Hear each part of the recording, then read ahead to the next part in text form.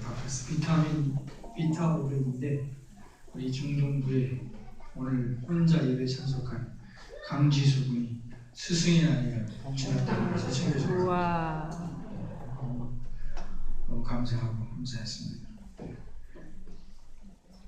저는 어버이날 아들한테 돈을 못 받았는데 이걸 받았어요. 할렐루야. 우리에게 아름다운 계절 5월을 주신 하나님께 감사를 드립니다. 5월뿐 아니라 모든 계절, 모든 시간이 다 하나님의 은혜입니다만 만물이 생존하는 5월은 더욱더 하나님의 은혜의 계절입니다. 오늘은 교회의 절기로는 성령 강림 주일입니다.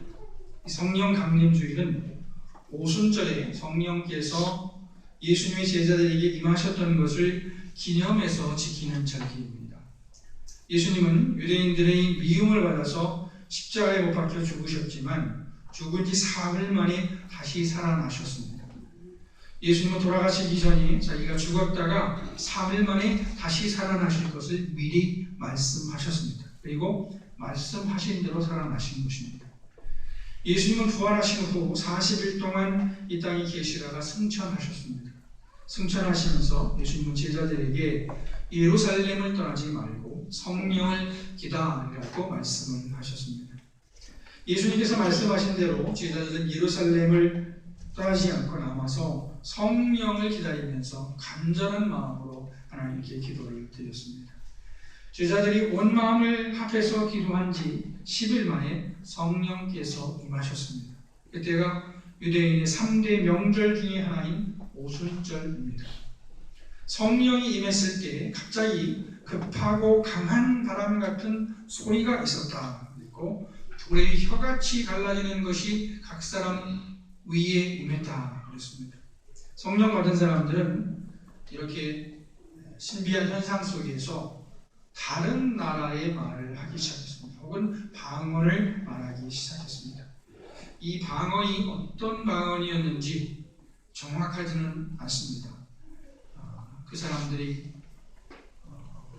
여러 나라 말로 동시에 말을 했는지 아니면 그냥 우리가 오늘날 얘기하는 방언과 같이 방언을 했는지 정확하지는 않습니다만은 어쨌든 신비한 언어로 말을 하기 시작했습니다. 그리고 각 지역에서 온 경건한 사람들, 즉 하나님을 믿는 사람들이 자기가 태어난 곳의 말로 그 제자들이 하는 말을 듣게 되었습니다. 말하자면 갑자기 의사소통이 안 되던 사람들이 그 같은 말로 의사소통이 안 되던 사람들이 의사소통이 된 것입니다. 이 신비한 방언 때문에 많은 사람들이 제자들과 방언에 대해서 관심을 가지게 되었고요. 그 결과 제자들은 방언을 설명하면서 예수님의 삶과 죽음 그리고 부활과 그 의미를 설명할 수 있게 되었습니다.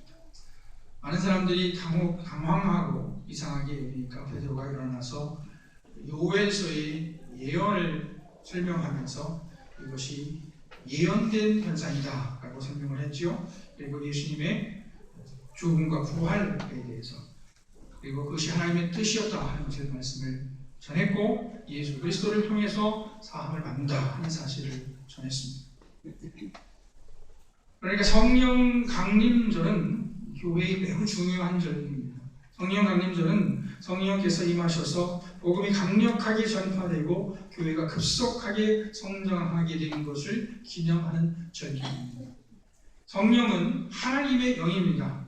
하나님의 영으로서 성령은 우리가 눈으로 볼 수 없고 손으로 만질 수 없는 하나님을 보고 만질 수 있게 하는 영이라고 말할 수 있습니다. 어떻게 보면 성령이 곧 하나님이시다 이렇게 얘기할 수 있습니다. 그래서 성령 하나님이라고 말하기도 합니다.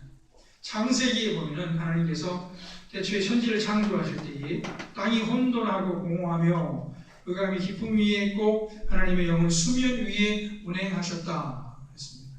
이때 하나님의 영이라는 표현이 나오는데 그러니까 성령이죠. 성령은 태초부터 하나님이 천지를 창조하실 때부터 계셨던 영이라는 것을 알 수가 있고 창조의 영이라는 것을 알 수가 있습니다. 구약 성경에 보면은 하나님의 일꾼들은 성령의 감동을 받은 사람들입니다. 예를 들어서 요셉이거든요. 요셉이 억울하게 옥살이를 하다가 왕의 신하들의 꿈을 해석해주고 그 일이 계기가 돼서 왕의 부르심을 받고 왕의 꿈을 또 해석해줍니다. 이때 왕이 요셉을 애굽의 국무총리로 세우면서 그의 신하들에게 이렇게 말합니다. 이와 같이 하나님의 영에 감동된 사람을 우리가 어찌 찾을 수 있으리요. 그러니까 요셉의 모든 능력이 성령의 감동으로 된 것이다 하는 것을 애굽 왕 바로의 입을 통해서도 알 수가 있습니다.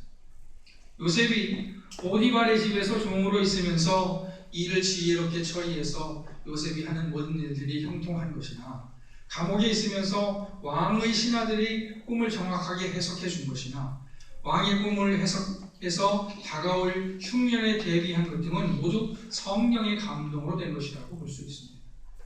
다른 하나님의 일꾼들도 마찬가지입니다. 특별히 사사기에 보면 사사들이 성령, 즉 하나님의 영에 감동을 받아서 이스라엘을 구원한 것을 볼 수 있습니다. 사사들이 활동하던 시대는 이스라엘 역사에 있어서 가장 혼탁하고 어려운 시기였습니다.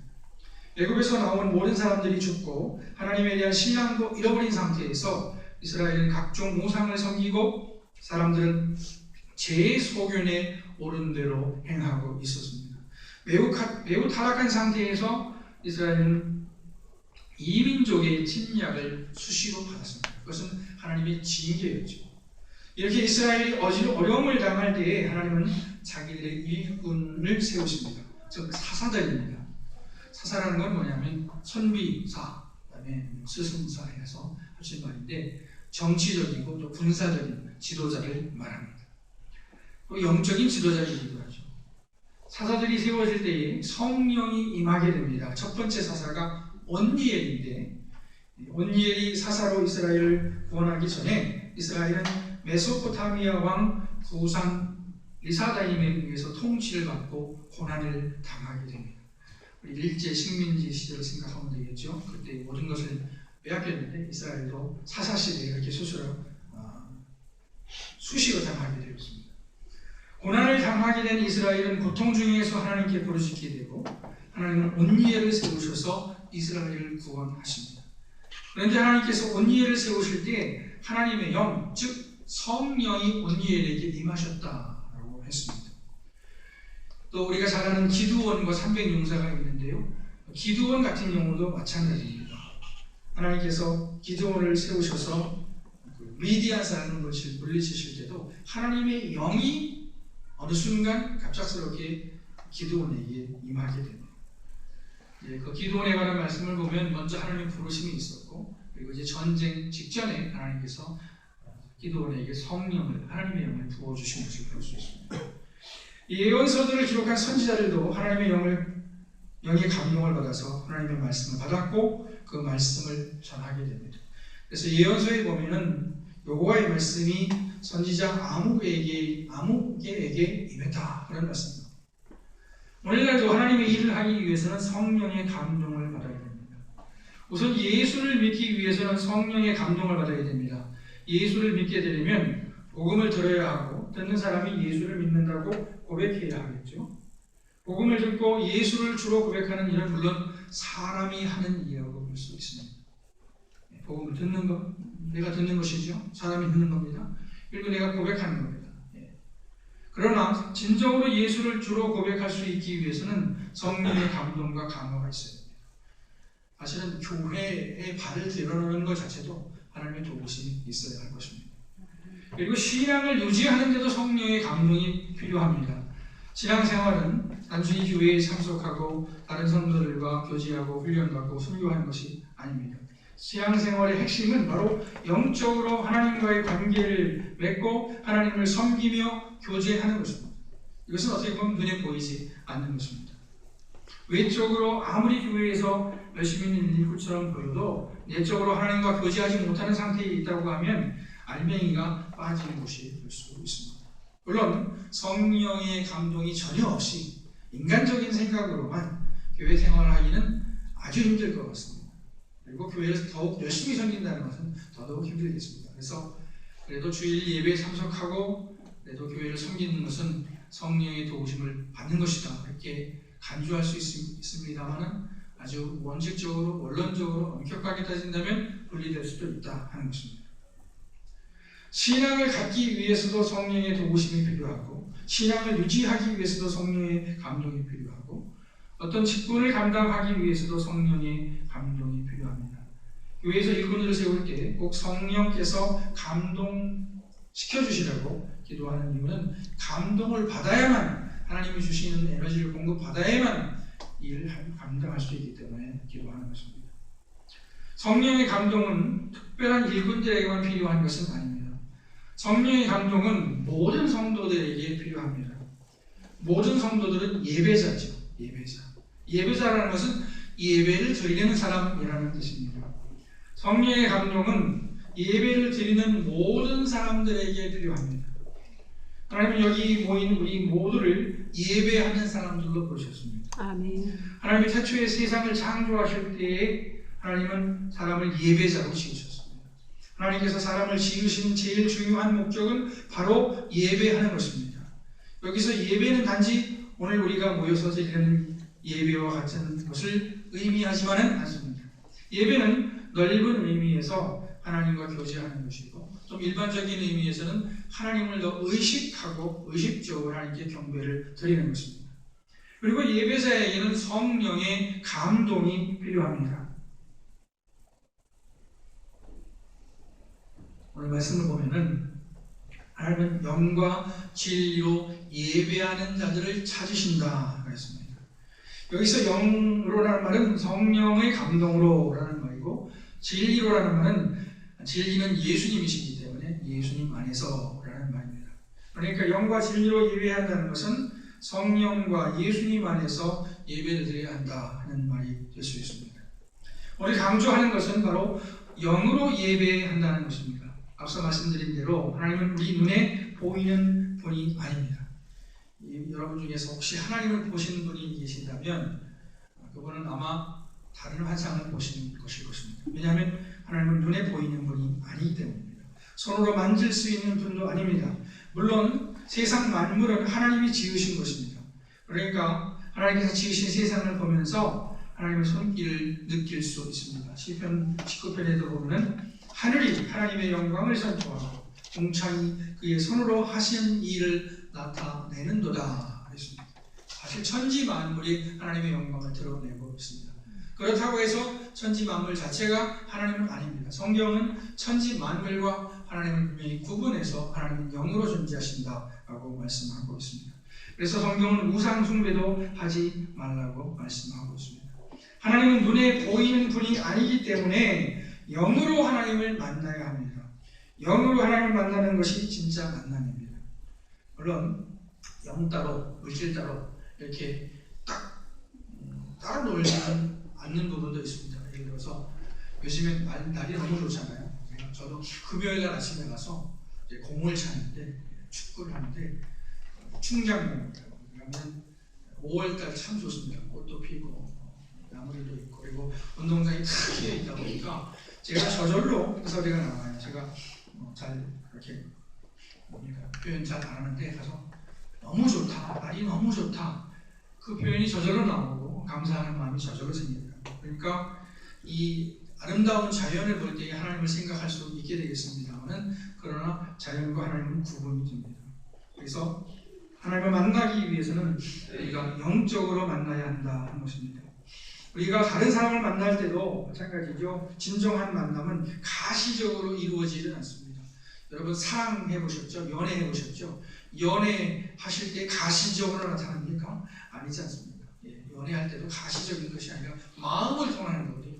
마음으로 통하는 것인데 성령이 감동을 받아서 예배를 드리는 것도 마찬가지인 것 같습니다.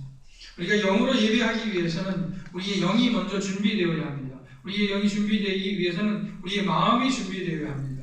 하나님 앞에서 준비된 마음을 가져야 합니다. 정직하고 간절한 마음이 있어야 됩니다. 하나님 앞에 설 때는 아무것도 감출 수가 없고 감출 필요가 없습니다. 우리가 다른 사람이나 심지어 자기 자신을 속일 수는 있어도 하나님을 속일 수 있는 사람은 아무도 없습니다. 하나님은 우리의 마음을 달아보신다고 했습니다. 하나님께 예배하는 자가 가져야 할 마음은 바로 정직한 마음입니다. 하나님 앞에 설 때에 우리의 모든 마음을 내놓을 수 있습니다. 우리의 마음을 꾸밀 필요가 없습니다. 우리의 죄까지도 다 드러내야 합니다. 사실은 다 우리의 죄를 다 끄집어내야 되고 근심, 걱정, 시기, 질투 이런 걸 다 끄집어내야 됩니다. 심지어는 어떤 사람에 대한 미움까지도 끄집어낼 수 있습니다. 우리가 다른 사람을 미워하지 않는 것처럼 하는 마음을 끝까지도 다 드러낼 수가 있습니다. 시편 69편 말씀에 보니까 이런 말씀이 있습니다. 주께서 나의 비방과 수치와 능욕을 아시나이다. 나의 대적자들이 다 주님 앞에 있나이다. 비방이 나의 마음을 상하게 하여 근심이 충만하니 불쌍히 여길 자를 바라나 없고 긍휼히 여길 자를 바라나 찾지 못하였나이다. 그들이 쓸개를 나의 음식물로 주며 목마를 때에 초를 마시게 하였사오니 그들의 밥상이 올무가 되게 하시며 그들의 평안이 덫이 되게 하소서. 그들의 눈이 어두워 보지 못하게 하시며 그들의 귀가 항상 떨리게 하소서. 주의 분노를 그들 위에 부으시며 주의 맹렬하신 노가 그들에게 미치게 하소서. 그들의 거처가 황폐하게 하시며 그들의 장막에 사한 자가 없게 하소서. 이런 시가 있습니다. 이런 시를 처음에 읽을 때 당황스럽습니다. 시라는 것은 아름다워야 하고 그리고 거룩해야 되고 시인의 마음은 너그러워야만 하는 것 같은데 69편 말씀을 보면 이 시인은 자기 원수를 아주 철저히 저주하는 것을 볼 수가 있습니다. 물론 당이기 때문에 그런데요. 그러나 우리가 예수님이 원수를 사랑하라고 말씀하셨는데 이럴 수가 있는가 생각할 수가 있는데 물론 우리가 원수를 위해서도 축복하는 기도를 해야 됩니다. 그것이 예수님의 말씀입니다. 그러나 시인은 자기의 마음을 솔직하게 표현한 것이죠. 우리도 하나님 앞에 나갈 때 문제가 없는 척 할 필요가 없습니다. 거룩한 척 할 필요도 없습니다. 있는 모습 그대로 나가야 합니다. 그러나 하나님 앞에 나갈 때에는 하나님의 성품들을 잊지 말아야 됩니다. 하나님의 거룩하심과 전능하심과 공의로우심과 자비로우심을 잊지 말아야 됩니다. 정직한 마음으로 하나님께 나가는 것은 말하자면 세상의 묻은 때를 벗어버리는 것과 같습니다. 그리고 하나님의 성품들을 생각하는 것은 치료받기 위한 것입니다. 우리가 하나님께 나온 것은 그저 우리의 형편을 한탄하기 위해서는 아닙니다. 여러분 어떤 말을 참 잘하시는 분들 보면 뭡니까? 이 우리나라 정치 현상이라든지 또 특정 개인에 대해서 말씀을 하실 때에 비판은 많이 잘 하시는데 대안이 없는 경우가 있어요. 근데 비판은 좋은데 대안이 있어야 되거든요. 대안이 있어야 되는데 우리도 하나님 앞에 나와서 하나님 앞에 우리 모든 것을 다 누추한 것과 다 내려올 수 있는 거죠.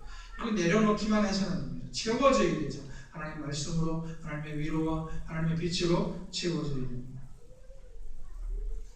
그러므로 예배하는 사람들은 자기의 마음을 솔직하게 드러낼 뿐 아니라 하나님의 위로를 구해야 할 것입니다.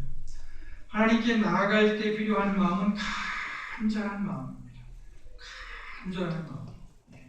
우리 마음이 간절해서 그러니까 좀 여유가 있으면 하나님 앞에서도 여유를 부리죠. 여유가 없으면 간절한 마음도 없어지는 것 같아요. 하나님 앞에서. 그러나 우리는 항상 하나님 앞에서 간절한 마음을 가져야 됩니다. 은혜를 사모하는 마음을 가져야 됩니다.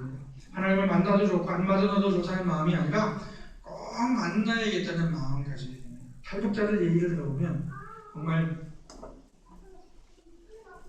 간절한 마음 그 자체입니다. 간절한 마음. 탈북자가 정말 그 생명을 걸고 간절한 마음으로 기도했다는 그 마음을 우리가 하나님 앞에 가져야 됩니다. 그리고 하나님을 사모하는 마음을 가져야 됩니다. 하나님의 능력을 사모하는 마음을 가져야 됩니다. 그리고 하나님 마음에 일단 그렇게 우리가 간절한 마음을 갖게 되면 하나님께서 우리 마음에 응답하십니다. 그리고 무엇보다도 성령님의 도우심을 구해야 됩니다. 성령은 하나님의 영으로서 성부와 우리를 연결시켜 주십니다. 성자와 우리를 연결시켜 주십니다. 성령은 우리 눈에 감추어진 하나님을 보여주시는 분입니다. 하나님을 보여주시는 분이에요. 그러니까 성령의 감동을 받으면 그렇게 하나님을 볼 수 있다니까요. 성령은 하나님을 계시하는 분입니다. 계시의 원래 뜻은 뭐냐면 이 뚜껑을 열어서 보여준다는 겁니다. 뚜껑을 열어서 보여준다는 겁니다. 감추어진 것을. 성령님께서 감추어진 하나님을 열어서 우리에게 보여 주십니다 하는 것입니다. 그러므로 예배자들은 반드시 성령을 받기 위해서 기도를 해야 합니다. 오늘은 성령 강림 주일을 맞이해서 성령님이 어떤 분인지 말씀드렸고 예배자로서 영과 진리로 예배 드려야 한다는 사실을 말씀드렸습니다. 우리 모두 성령의 감동을 받아서 하나님을 만나고 하나님을 예배하는 그런 예배자들이 되기를 바랍니다. 기도하시겠습니다.